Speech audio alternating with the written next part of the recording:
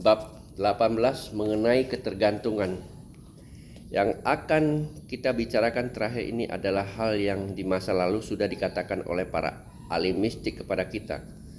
Saya tidak mengatakan bahwa peran-peran diri saya yang sudah terkondisi tidak akan jatuh lagi ke dalam pola-pola yang sudah biasa.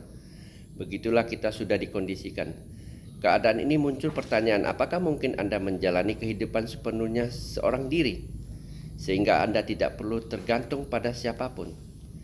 Kita semua saling tergantung satu sama lain dalam segala hal. Benar bukan? Kita tergantung pada tukang daging, tukang roti, pembuat tempat lilin, dan lain sebagainya.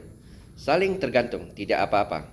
Kita membentuk masyarakat dengan cara seperti itu dan kita membagi tugas yang berbeda-beda untuk orang yang berbeda demi kesejahteraan setiap orang. Dengan demikian kita akan dapat berperan lebih baik dan hidup lebih efektif.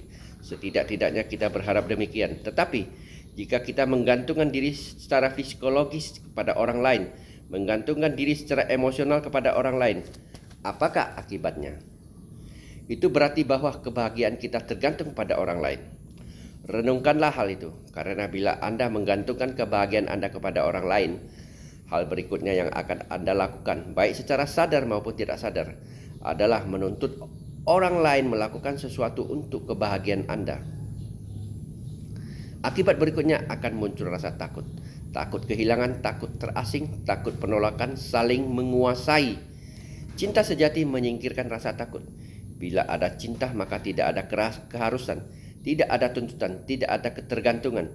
Saya tidak menuntut Anda untuk berbuat sesuatu demi kebahagiaan saya. Kebahagiaan saya tidak terletak dalam diri Anda. Bila suatu saat Anda harus meninggalkan saya tidak akan menyesali diri saya. Saya sangat menikmati kebersamaan dengan Anda. Tetapi saya tidak menggantungkan diri saya kepada Anda.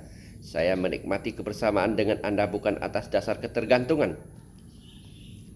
Yang benar-benar saya nikmati bukanlah diri Anda. Yang saya nikmati adalah sesuatu jauh lebih besar daripada diri saya dan diri Anda bersama-sama. Yang benar-benar saya nikmati adalah sesuatu yang saya temukan semacam simfoni seperti orkestra yang memainkan suatu melodi melalui kehadiran Anda. Tetapi bila suatu saat Anda pergi, orkestra itu tidak berhenti memainkan lagu. Bila saya bertemu dengan seorang lain, orkestra itu akan memainkan melodi lain yang juga sangat menyenangkan.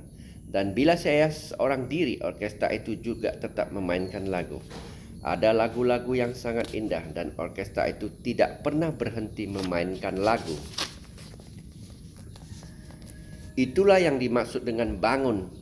Karena sesungguhnya kita terhipnotis, mengalami proses cuci otak, terlelap dalam tidur, mempertanyakan pengertian mencintai dalam kaitan dengan ketergantungan merupakan hal yang tidak menyenangkan.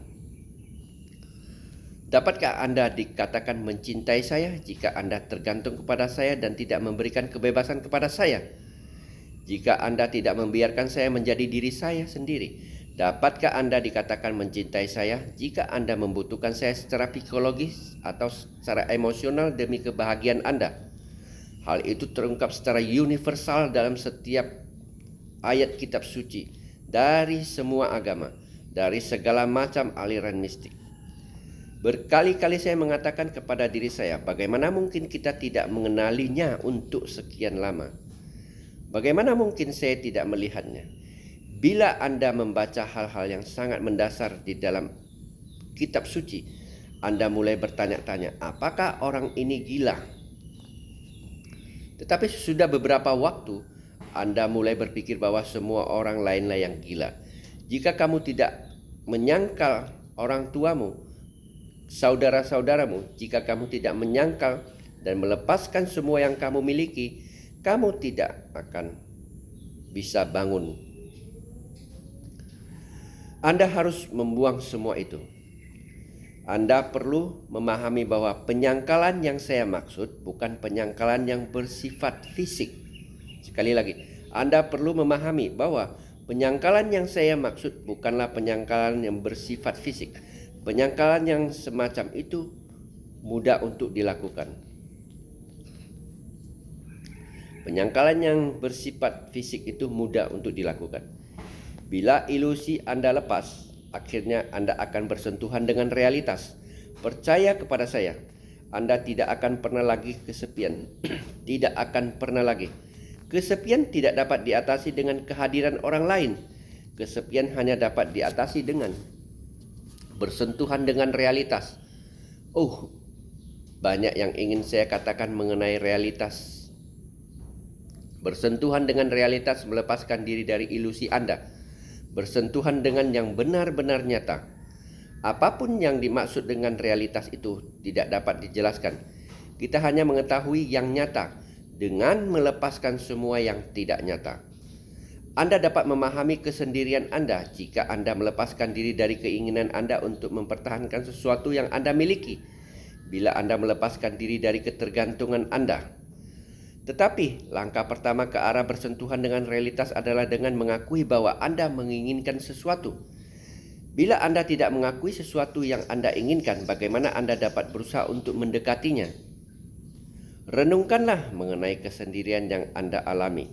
Dapatkah kehadiran orang lain menyingkirkan kesendirian Anda? Kehadiran orang lain juga akan mengalihkan perhatian. Kehadiran orang lain hanya akan mengalihkan perhatian Anda dari kesendirian Anda. Anda merasakan kehampaan di dalam diri Anda, bukan? Dan jika kehampaan itu muncul ke permukaan kesadaran Anda, apakah yang Anda lakukan? Anda melarikan diri menghidupkan televisi, membunyikan radio, membaca buku, mencari orang yang dapat menemani Anda, mencari hiburan, mencari hal-hal yang dapat mengalihkan perhatian Anda dari kesendirian Anda. Setiap orang melakukan hal itu. Dewasa ini di usaha di bidang ini sangat maju. Menjadi industri yang terorganisasi untuk mengalihkan perhatian kita dari kesendirian dan menghibur kita.